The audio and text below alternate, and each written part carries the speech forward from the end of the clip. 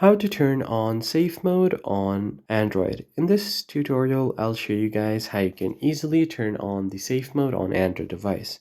So what usually the safe mode does is that it will completely refresh your phone and disable any third-party apps that you have downloaded. Only your pre-installed app on your phone will work and you can no longer access any of the other third-party apps. So in order to access your safe mode, you just need to head over to your power options. You can either long press on your power button on your Android device, or you could find different kind of power option up top of your screen, like here. And once you find your power option, you will find different buttons here like power off, restart, emergency, lockdown mode. Many people confuse the safe mode with the lockdown mode. This is not true. You just have to long press and hold on your power off button and your safe mode will turn on.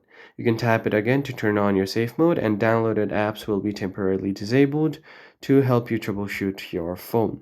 So if you are facing any issue with the third-party apps, this will help you detect that problem. Now just tap on the safe mode option and your phone will restart with all of the third-party apps disabled. That's how you turn on safe mode on Android. I hope this tutorial was helpful and I'll catch you on the next one.